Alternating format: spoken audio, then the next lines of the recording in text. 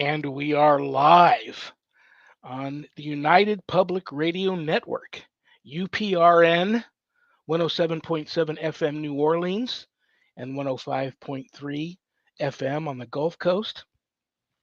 And we are being live streamed wherever podcasts live, my YouTube channel, etc. So we're not hard to find. To all those above me that watch over me, to all of you, my fave para peeps on this side of the veil, welcome. This is Father Shawn's Paranormal Ministry.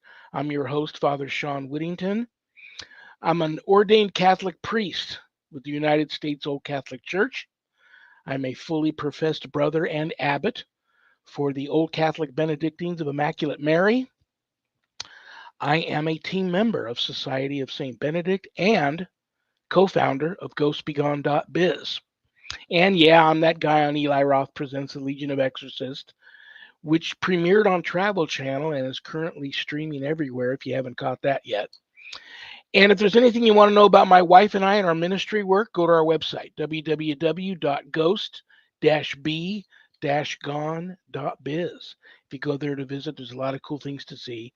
Both my books are there. They're available a little less expensive at Amazon, and they also come in an audio version, which is awesome. But if you buy them off of the website, they leave my office. I autograph them and they arrive to you in a beautiful house blessing kit. And you never know when one of those are going to come in handy. But another beautiful thing about buying them off of the website is part of the proceeds of every sale of every copy of my books goes to support stjude.org and the ASPCA. So how cool is that? You get to help some of the neediest children on the planet and the animals too. My online course is there, Introduction to Spiritual Warfare. If that speaks to you, you can enroll in the course there. Or if you want more information about it before making that type of commitment, you can reach out to me. We'll talk about it. All my students that graduate get a stunning diploma, certificate of completion, suited for framing, along with some other very special blessed items that you can only get from yours truly. And so that's there at the website. It's a 12-week online college level course. And there's also a place on the website where you can make an appointment to speak with me about your spiritual issues. Okay, that's my song and dance, and I'm sticking to it. We have a great show today, and you all already knew that. That's why you tuned in. I'm excited to have him back. He's been on the show before. I love him. I think he's a super cool dude. And another really cool thing about my Friday shows, I've got a permanent co-host, and that's another reason why a lot of you tune in. So let me bring her out here. She's a lifelong paranormal experiencer. She's a good friend. I've known her forever. I also love her and respect her. She is the owner of Stellium Books. She's my publisher. Please give a big warm Paranormal Ministry family welcome to the one and only Annette Munich. Hi, Father Shawn. Hi, everybody. Very happy to be here. Great guest today. Thank you for the super nice introduction.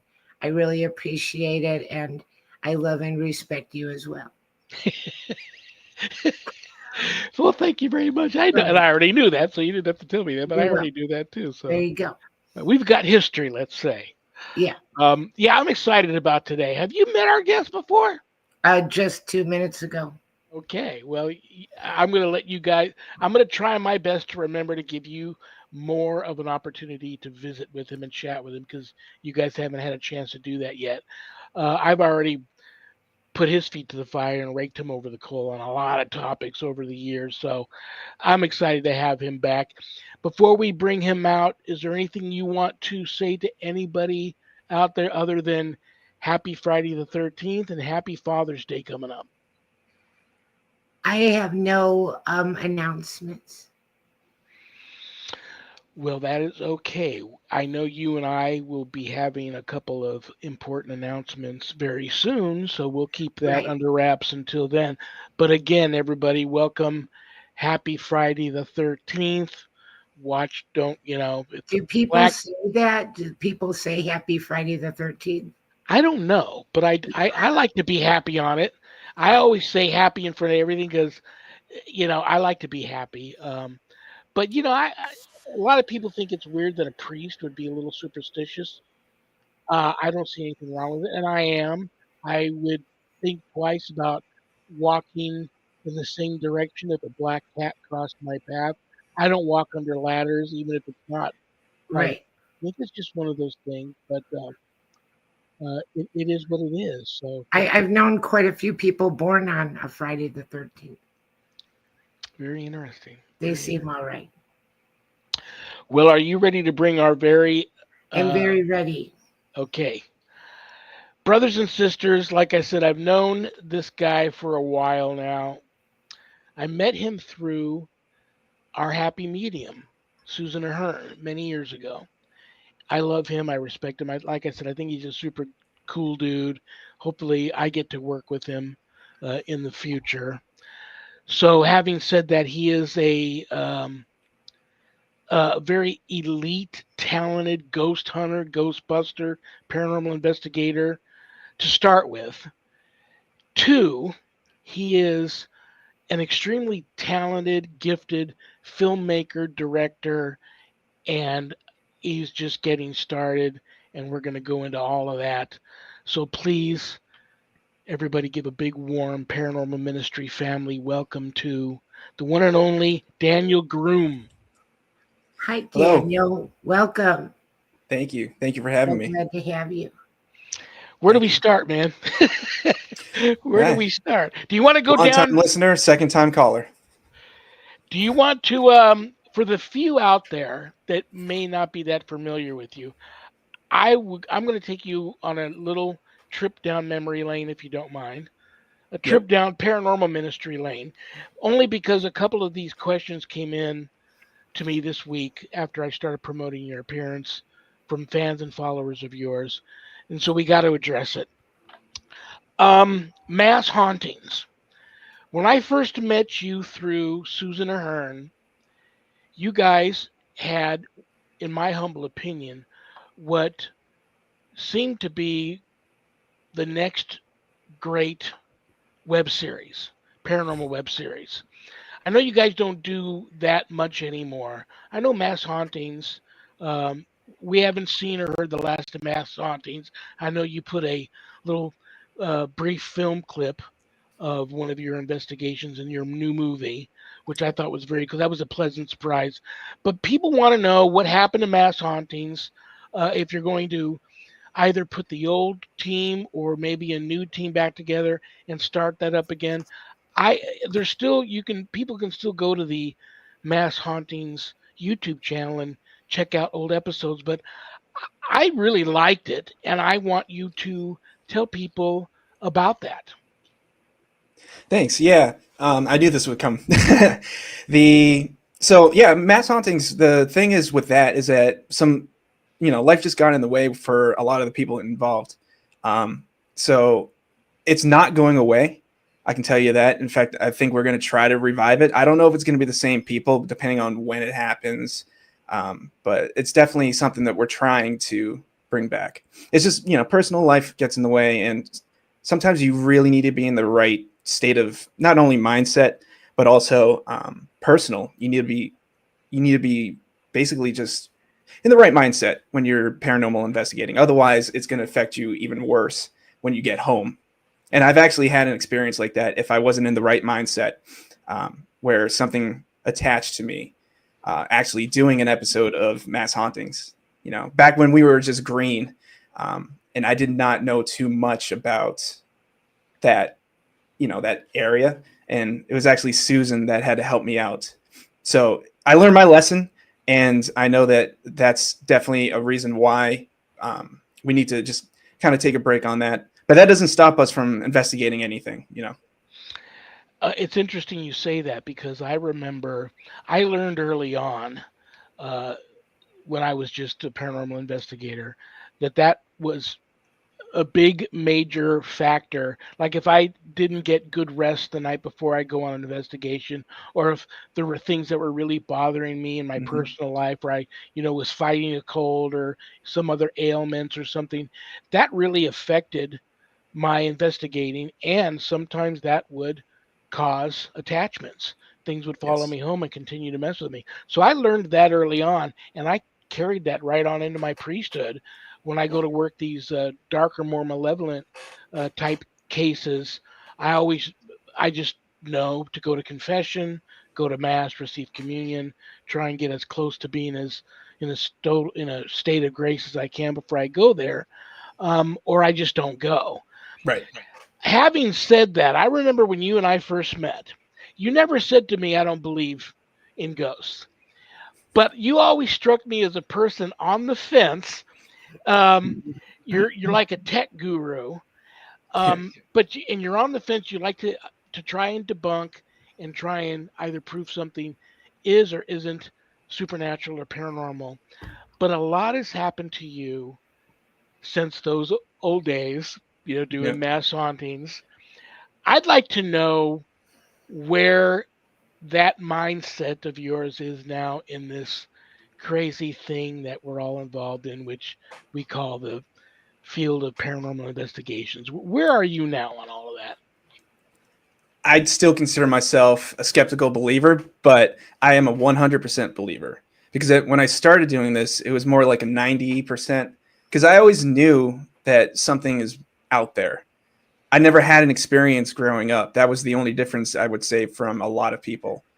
And I never, honestly, I've never really seen anything with my own eyes while investigating, like, as in apparitions, that kind of stuff. I've seen things happen and unexplained events happen, but definitely I'm a 100% believer, but my skepticism is still there because I think it needs to be. When we're doing all these investigations, we're so excited and we're amped up. We want something to, to kind of put us on the map, so to speak. And I have to take a step back and really debunk things and go through and make sure that what I'm saying or what I'm claiming is legitimate. So I still have to keep that skepticism. But 100%, I'm a believer, and I've seen things that have happened that I can't explain. So Let's talk about equipment.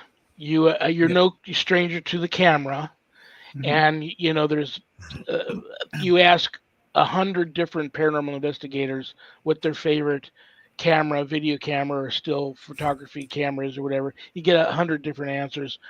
Um, in terms of cameras and in terms of any other equipment that you enjoy, you really you would sign off on as being something worth using and worth having in your bag of tricks to take to an investigation. What would all that be, and what wouldn't you use? Oh, yeah. Good curveball on that one. Um, my favorite camera, it's not even really an infrared camera or anything because I don't get too much evidence with that. But what I do love is an SLS camera. A lot of people say that's gimmicky. But there's been some things that I've caught, specifically, going back to the Lizzie Borden house. I've been back there since we did the Mass Hauntings episode. And I went with Dave on New Year's Day of 24, like literally as midnight struck. We were there on that couch, just waiting for something to happen. But I had my SLS camera pointing at that couch that Andrew Borden was murdered on. And all of a sudden, the stick figure just pops up out of nowhere, laying down on the couch with the exact same position. His arm was in the same position, legs, everything. And Wow. to me, that's the best thing that I've ever caught. Uh, I've used it before too. We went to the Villisca Axe House. That's in Iowa. And although nothing really happened on that day, I did catch one SLS figure in the attic where the murderer was alleged to have been hiding in before he went and murdered the whole family. It was basically a stick figure that crouched in the middle, or actually on the side, got up and then walked towards the middle away from wherever it was we were. And I have to admit, I was provoking just a little bit. If he was an actual murderer, I was trying to entice him to come out. So I think that probably just made him mad. So I was going to jump in and ask really quickly for people that don't know equipment real well, including myself, that SLS, that's when it looks like stick figures. When Correct. you And see it projects the infrared dots, and it takes basically the 3D mapping of whatever's in front of it. If it's a human figure, it'll show up as a stick figure. That's very cool and really cool about the Lizzie Borden house. And back in the day, I did a 4-part series on the Villisca Axe murder house. Oh, really? So I'm kind of really intrigued with that. It would be, nice if we ever kind of figured that out for sure, for sure. Do you think that it is? Do you think that it's figured out of what happened and who? I don't know. I from what I've read about it, it was only like when I went to go there. It's the only time that I've actually seen like read anything about it. Mhm. And to be honest, I don't have any evidence that could really solve that mystery, really. So to me, I just don't know. Both extremely haunted locations with such history. Um, and I'm glad you brought up. You and I must be a little psychically connected here because I was going to bring up Lizzie Borden because I haven't heard you guys talk about that place in a long time. Any updates on that place? I heard there was a change of ownership. I heard at one time they were thinking about not letting paranormal investigators in there any longer. So, any updates on that? And I remember one time after mass hauntings had gone there, and you guys had, if memory serves me correctly, you'd been there more than once. Mhm. Susan had something follow her home from there, and I believe the spirit, she caught it in a camera photo, and it was peering out from a window in her home at her, Oh, which was kind of creepy. So, do you have any updates on the Lizzie Borden and what's your feelings about all of that? There's so many theories. Yeah, I've heard that it's been under 3 new ownership since the last time we were there. I think one of them's more of a corporate company, so I don't know exactly what's happening with them now. But I did hear that they're trying to not let people in there and just keep it either as a strictly a bed and breakfast, which I don't think that would be the best thing because everybody knows what that house is for. And honestly, how are you going to make money as a bed and breakfast like that if the right. bread maker's paranormal stuff? Yeah. So. But yeah, no, you're right about that image in her window. In fact, it didn't actually because she wasn't there. She believes that it followed me to her house, whether it was within all the equipment that I had or it was with me because apparently I'm prone to attachments now. Oh, absolutely, absolutely, dude. When you let's go back a little bit to and you sent me a link to have my own little private screening of your latest film here in my Mhm. home in my office, and I sent that link to Annette, and I know she's going to want to talk to you about an experience she had watching your film a little bit later. But I want to back up to how you got started in filmmaking. And I have to mention Alternate Ground. Loved Mhm. Alternate Ground. I love your Thanks. I love your current film, Stonegate. And we'll get into that too. I really do. And that comes from the heart. But I loved Alternate Ground. Susan was had a role in that. Hmm. Talk to everybody about I get a lot of people saying, "How this guy? The guy's so young, uh, and he's so talented and passionate. How did he get in the indie filmmaking biz?" Well, to back up all the way to like first grade, I was actually a huge wrestling fan and kind of still am today on that side. Um, but because my passion for wrestling as a kid just grew like almost to an obsession, there was a independent company where I grew up that was accepting students at the 16 and older, and I was just turning 16 at that point. So I trained to become a professional wrestler, and I quickly stopped because it hurts, and I was like, I'm not doing this all my life. But I still wanted to be involved, and I think honestly, I was never really a movie person. I would pretend that I was like some kind of big actor or superstar when I was younger. Um, but honestly, the technical side of the wrestling, I was always more involved in. And I realized that I'm more of a, I guess you'd say the showmanship of the shows than I am wrestling. And just after all these years, I'm figuring this out. So when I stopped wrestling, I asked the owners, can I like do camera work for them because they didn't have anybody at the time. So they said, yeah. And, honestly, indie wrestling camera work isn't the greatest, sorry to say. But once they saw like I was able to do it and do it well, they invested more into me being able to do that. And since I was still in high school, I was trying to figure out what I was doing to go to college. I was actually in culinary in high school, and I was like, I don't want to do that. It's too much pressure. So if I was going to do something, why don't I go for film? Because I was already doing that on the side. So that's what I did. I went to school for film, and a lot of my scripts were written because I needed class projects or whatever. And that's basically how I just got started. Very interesting. You and I have a lot in common. I went through uh, many years being a big wrestling fan, and in addition to liking to eat, I fall into the culinary part. There was a time where I had some people that I love to cook, and I'll Yeah. pat myself on the back, and I'm pretty good at it. I had a lot of people close to me who tried to encourage me to go that route of being a chef, but that's very hard work too. You've got to be your passion for that has to be over the top, as with Also anything. patience. Yeah, but I just knew that I would be if I had gone that route, I'd look like Jabba the Hutt. I wouldn't be long for this world. Yeah. Um, and it is what it is. But so yeah, we have a lot in common. But I I actually owned a pizzeria on Chicago suburbs, and Nice. I Chicago pizza. never, yeah, yep, stuffed pizza, deep dish, everything. Nice. I ate garlic cheese bread every day of my life Yeah. wow, because it was fast, and I love it. And did I know that about you, Annette? I don't know if I did or not. I don't know, That's very interesting. You must yeah, know how to make a killer pizza. Do you make it at home? yeah, but I, this is gonna sound weird. It's hard for me to make small amounts of Italian food. If I'm making it, I'm making it, and then it's like a lot of food. So Yep. I tend to only do it if there's a reason there's going to be more people around rather than just for me or just for. But I enjoy it. But I will say I never worked so hard in my life. Everything was made from scratch and from fresh, and the prep started at 9 in the morning, and the cleanup went on to 11, 12 o'clock at night Yep. every day.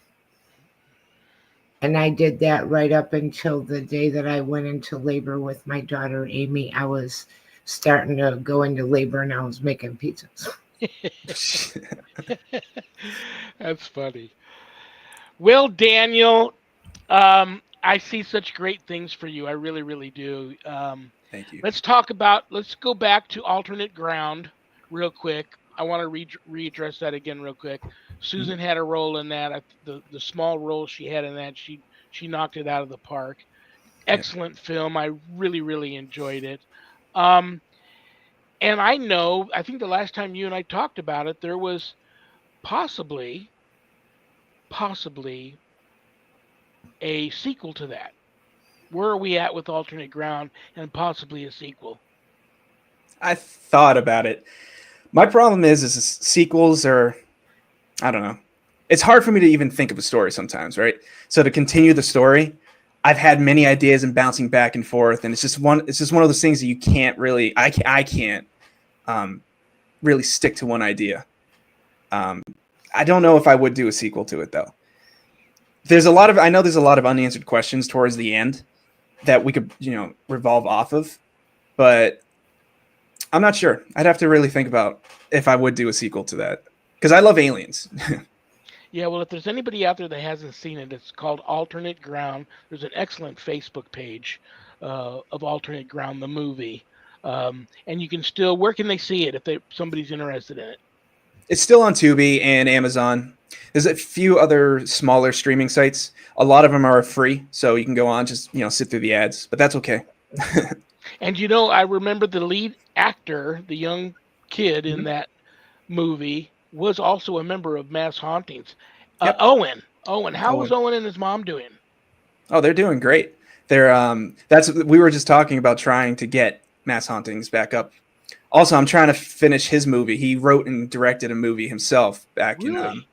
yeah, when he was 14, we were doing something with him. So I'm just trying to get the groundwork back up on that one.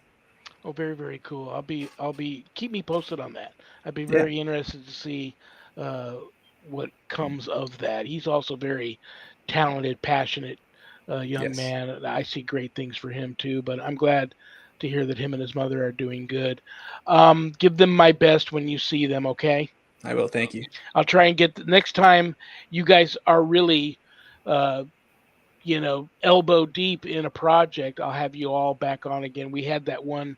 I had you all on that one time, a big panel. That was an excellent show. Yeah, So I'd like to do that again in the future if we could. definitely. I'd be interested. Well, mass hauntings, guys. Anybody out there that's not familiar with mass hauntings, they're on YouTube.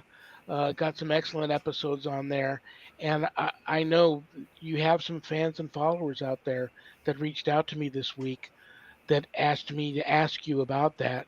So you've got people waiting on that. So if you guys get that up and going again, that would be awesome.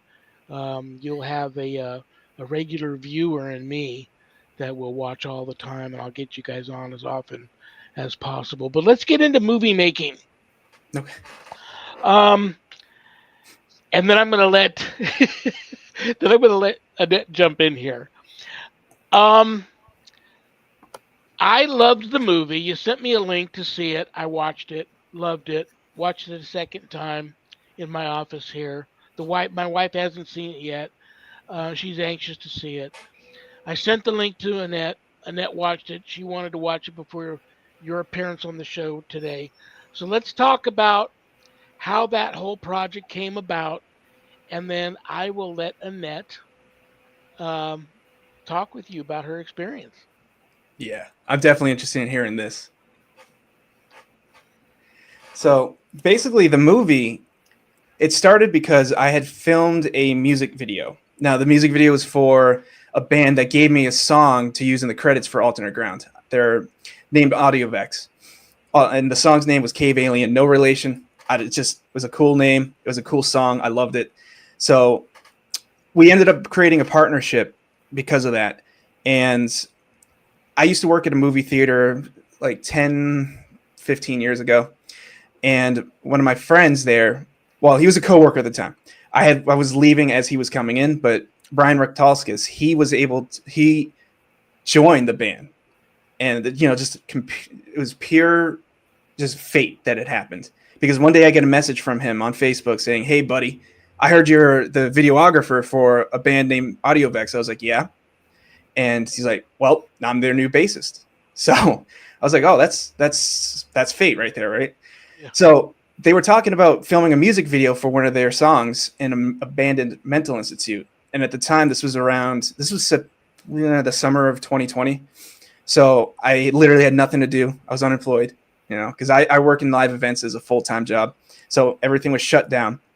We ended up making plans to do this video at Medfield State Hospital, which is in Medfield, Massachusetts. It has like a million buildings, and only 2 of them are accessible. I probably shouldn't be talking about this, honestly, but we were able to go into 2 buildings that were used as movie sets for like X-Men. I think it was New Mutants. Shutter Island was also filmed there. So the way we got in was because Brian was volunteering to do some upkeep there. So we just did 1-day shoot there, and everything was successful, but we were like, we need to do more because we'd never been inside these buildings before. And, to have that opportunity was pretty cool. So we wrote a script about it. I did try to do it for Medfield, but to get all the permits and all that, because the music video was just a 1-day thing, it was okay to do. But to do a feature-length film, it's a completely different beast. It'd also be cost prohibitive because there's no facilities there. So it took 2 years before I could even get something to even match the buildings that we were trying to get into. So I did all this research around all of Massachusetts, all these abandoned buildings. And the only one that's still around and safe to film in was Tewksbury. And even that was still hard to get into, even though I went through the entire process. The hospital itself, like the department, they were fantastic to work with. So helpful, so appreciative of everything, and so am I.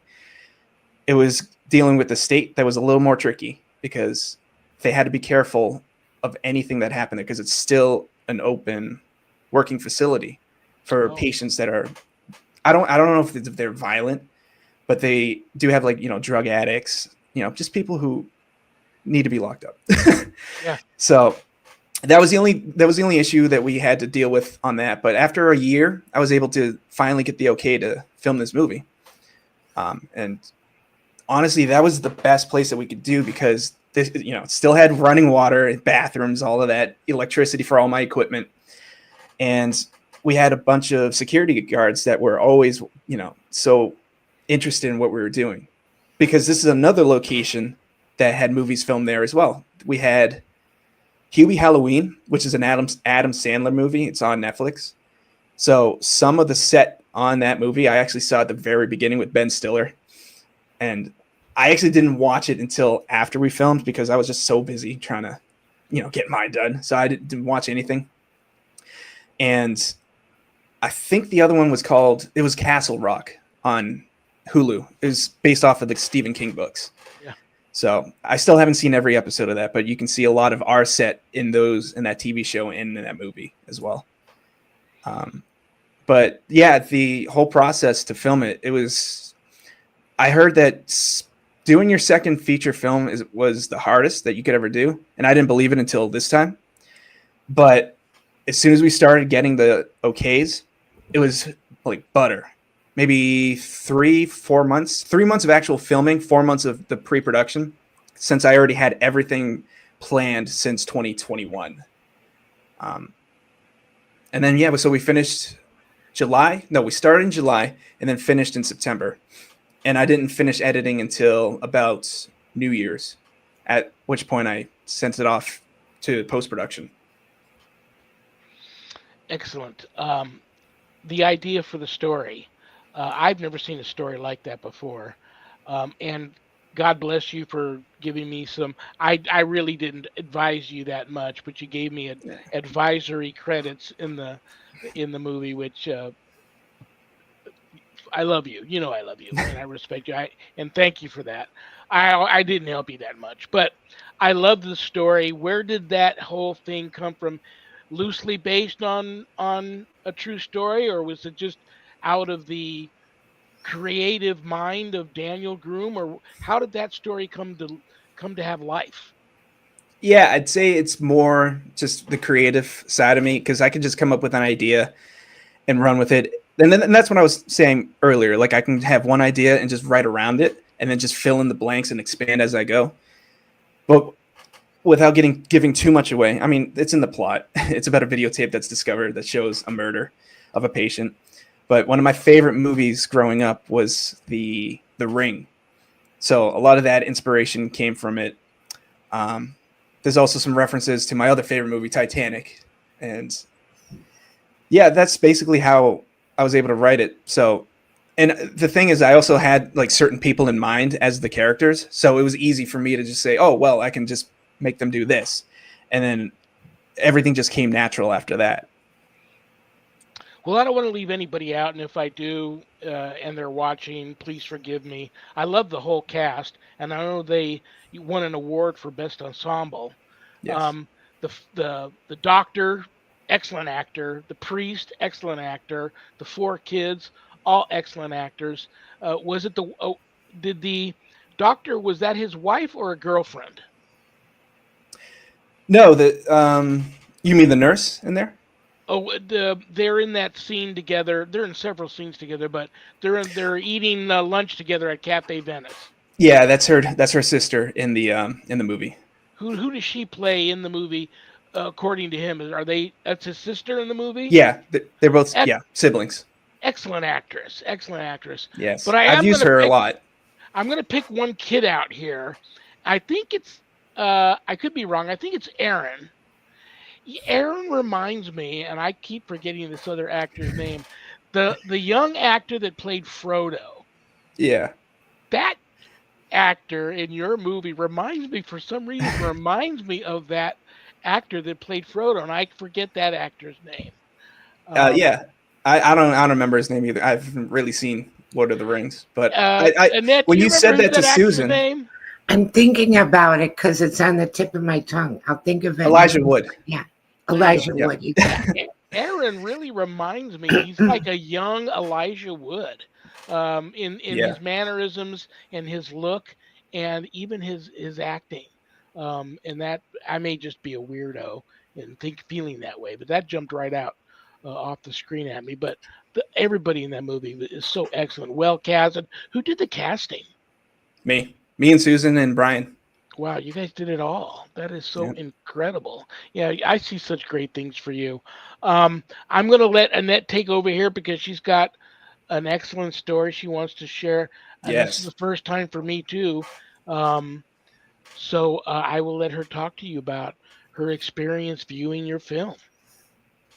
Well, I'm a book dork my whole life, and I publish books and I do all aspects of books. So, um, with that being said, I started off really into the story. I love a good story. And I love it when you surprise me and I didn't see something coming. And I thought the development of the story was very good. Um, it would have been easy to just for kids messing around at this haunted location and just a spook fest. That would have been easy to do without an underlying mystery and it actually involving one of the kids that's there without saying too much. But it ties back to him and his family. I really thought that was good. So I was enjoying it. But I did have a paranormal experience.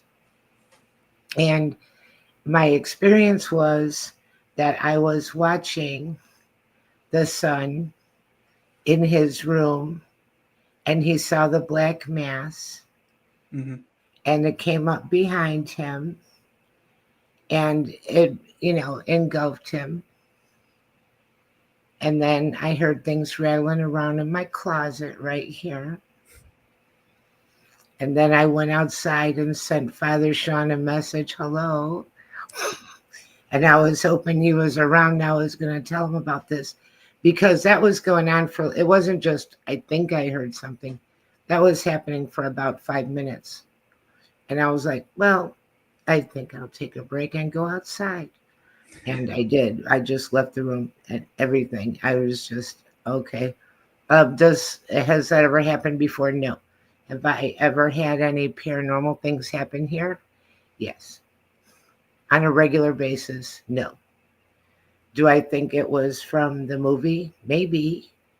So, for everybody listening, before we came on today, I asked Daniel if he wanted me to tell the story or we could just let that float on by if you don't want people to hear that. But, I've gone through similar with Father Shawn in his books. Um, so I don't know what it is, but yeah, it lasted about 5 minutes. Not violently, but it sounded like stuff in there, kind of rustling around, and the door, it's a sliding door, kind of little rattly. And so I went outside, but that's what happened at that part exactly. Well, That's I think actually really interesting that you say that because it's almost related to something that I experienced in that room, not while filming, but Okay. basically, long story short, that's actually my cousin's room. And when they Okay. moved in there, I was helping him set the room up, and I saw something fly from the hallway door to his closet, which is actually right behind where the camera was set up. Um, and I never told him that until a couple years later.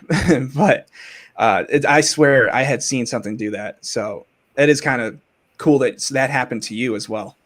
Hmm.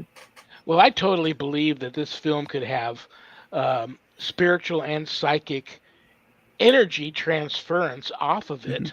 I mean, I've sent pictures that I've caught of entities to like very sensitive, gifted psychics that have gotten violently ill off of just touching and seeing the photo. Um, let's talk about familiar spirits. I mean, three of the locations that you filmed the movie at are haunted. The Mm-hmm. hospital, the home where the doctor lived. Susan said she saw somebody walk through the house, thought it was actually a crew member, and you on a walkie-talkie said there's nobody in the home, and she clearly saw the person. And then you guys are eating lunch, and that one scene I see you and Susan blurred out in the background, but I knew it was you two. Yep. At Cafe Venice. Cafe Venice is very haunted. You've done events there. Um, I'm thinking of Cafe Venice when I tell you this story. It's like there's a ghost town about 30 minutes outside of Vegas that I've gone to many, many times and helped many, many people there with paranormal issues.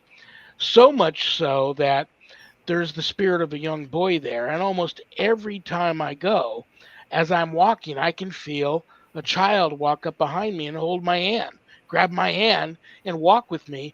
Or I can hear like he's excited to see me again, and I can hear somebody running up behind me, and then I can feel a child jump on my back, and he'll just have me give him a piggyback ride around as I'm, going on these investigations.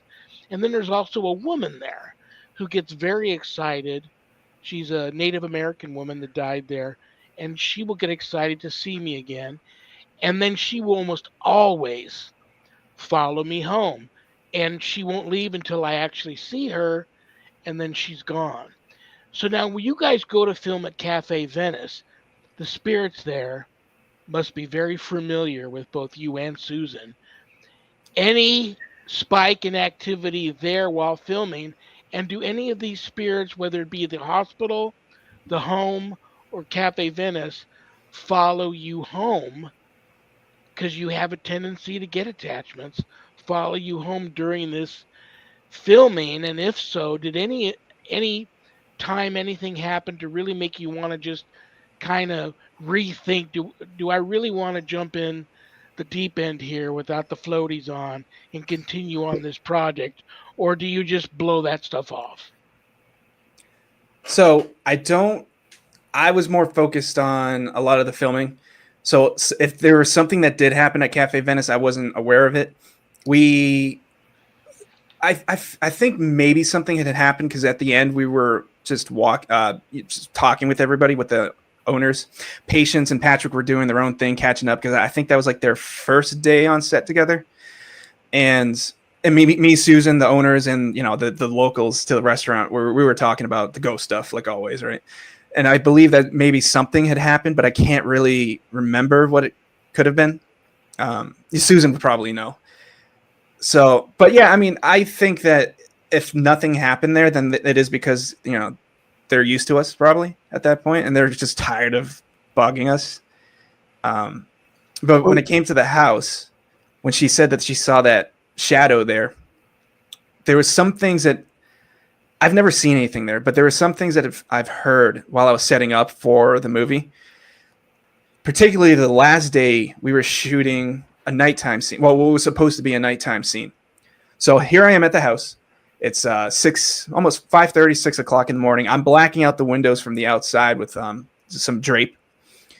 And the house is owned by my aunt and uncle. And my uncle was gone. He was out of the country because I'm part Peruvian, so they go off every once in a while off to Peru. So he was out, and my aunt was going to work, and I saw her leave. She was gone, right? As I'm putting up all this drape around the doors and all the windows, I heard footsteps up on the top floor where the room where my cousin is. And my cousin's in college now, so he was gone. He's already in boarding school, dorms. So nobody was upstairs, but I heard footsteps up there, like clear as day. So I did get a little freaked because I was like, okay, so this place really is haunted then, because I always had the idea that it was there, but to actually hear it this time, and to bring it back to when I had seen that, I guess, entity or whatever it was that I saw, that basically just proved it for me in that place. Now, Brian had also heard the footsteps while we were doing a take, and a couple people, I believe a couple people told me they heard something too. But again, I just kind of ignored it because now the director's in me is like, I got to get this done, right? But I did have a bunch of equipment malfunctions in the house. Like a light would, two different lights would shut off randomly at the exact same spot that I had it. Like they would shut off within like a minute of being on, and everything was fully charged. So, obviously that's a classic symptom of a haunting, that they're taking the energy from all the equipment that I have. So that's basically that house in a nutshell from what I had experienced while filming. The other thing, Real quickly, we've got Susan here. She's saying Charlie threw a menu. And so we'll stop and say hi, Susan. Yeah. Great to have you with us. She's just awesome. So, Charlie threw a menu. Charlie, she was a huge help.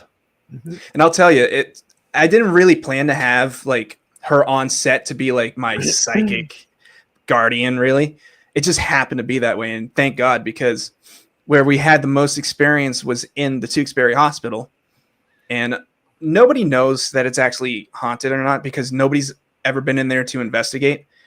Thankfully, they allowed me to do it. And the funny thing is, I actually told them, they boarded up every door that you can get into because they had problems with people breaking in trying to investigate. And I was talking to the main security officer, and I was like, that sucks. I do paranormal investigations too. And he was like, yeah, you see how easy it is to just ask? If you ask, then you can get in. And I was like, well, maybe I'll go back and investigate one day. But with the amount that I've seen while filming at that location specifically, I don't need to go back. I don't need to prove it to anybody because what I've experienced was pretty deep. There was one weekend we were filming so that scene at the very beginning where the kids are walking through the woods, it's actually in the trailer where they're telling Diego to shut up. Yeah. So that scene took almost 4 hours to shoot. Wow. And we didn't know, we had no clue. It was almost like we lost time within that, within the woods. Yeah, there was some technical things I had to get over, but it shouldn't have taken that long for those few scenes, right? So they get to that cemetery, and this is all in the beginning, so it's not a spoiler. But they walk through the woods. They get to a cemetery there that has the dead from the Spanish flu, which is not what that cemetery is, but historically that would be the case sometimes, right? Yeah. So we get there, we shoot everything. It's lunchtime, so I send everybody back to the base camp, and I think it was just myself, the police officer, and my camera guy. Susan, for some reason, she was late that day, and she's never late. She's always on time, punctual, everything, right? There you go, Susan. But yeah, no, so she texts me. She's like, hey, I'm going to be late. And she was with her granddaughter as well. So I told her, yeah, if you get here, just meet us in the cemetery, because she wanted to go to the cemetery. She had this like idea of just going there. There's something drawing her there. But she never was able to make it. I just said stay at base camp because I have people coming back. And I had lunch coming too, so I need someone to receive the food. So while we were packing up all our stuff, the police officer looks at a bench that one of the parents was sitting on the entire time. And he says, hey, is this you guys'? It's a very colorful like box about yay big, right? And I was like, no, that's not us. So he picks it up. He goes and picks it up. He opens it up. And inside of there is a note. It was all weathered, but it was still kind of relatively recent. And the note, so there was a note, a picture. It was a female, and I think it was a ring of some sort, and one other item. I can't remember exactly what it was. It might have been a teddy bear, like a small one. So he reads the note, and he comes to the conclusion, without getting too explicit, that it was basically a suicide note that someone had left there. So I was like, all right, let's get out of here, right? So we go back to the base camp, and 10 minutes later, the officer comes back because he radios it back into the his dispatch, and they say that he comes back to me, and he told me that, yeah, that note was from a person that hung themselves in the woods there back in May, and we were shooting in the middle of August, right? So for that entire time, nobody has seen that box or the note. And this is by dog walkers always going through. It's open to the public, so nobody saw it. And so I asked him, where was he found? And he said it was right by the gate. And I remember, and I hope I'm saying this correctly because otherwise Susan will slap me. Um, she was saying that there was always a picture of dangling feet from trees up by the entrance. So I don't want to butcher exactly her words, but the officer said that he was found by dog walkers, and I know she always was saying something about dogs in the woods. So she basically predicted that, and that's why the woods was calling her. And to wrap it all in a big circle, I believe when I got the email about, hey, you're cleared to use the hospital, he that's when he did that, when he did the deed. So I feel that in a way it was destined for us to do that, because his story would not have been told if we didn't go in there. Absolutely. And it's definitely something that kind of, I don't want to say bothered. It did bother me, but that weekend, I think that kind of messed up everything for me, because that was actually the worst weekend that I had ever filmed ever, where the attachment feeling that I had came back that day, that day and into the next day of filming, because we were filming Saturday, Sunday. So when I had my attachment, back doing the mass hauntings episode, is the exact same way I felt while filming these few scenes. And these were the most intense scenes. A lot of them were mimicking, we were portraying the patients in the rooms. There was 2 days that we did that. But the first day was the day after we found Kevin's note. I guess his name was Kevin. I'm not sure. So that to me was the most paranormal thing that I ever had in there, because it's more personal, and it comes down to the fact that I can't really prove it, other than I can prove the note was found. That's for sure. But the fact that I felt almost all the sadness that came over me and rushed over me that day, and it hit me just like that. And it comes back to the fact that if you're not in the right mindset, that you can be vulnerable for anything. And not to mention all the stress that I had to do for the movie. It didn't help. Yeah. So I think that's my biggest story that I have for the Tewksbury. Well, listen, I've got to kick you out of here in a few minutes, so I have to give you, because I know there's going to be people that are going to get mad at me if I don't do it. You've got to let everybody know, again, name of the movie, where they can watch it, and you've got events coming up. And there's people that can have the ways and means to travel to these events. They don't just have to be there local where they're going on. Give everybody all that information. Yeah, so the movie's name is Stonegate.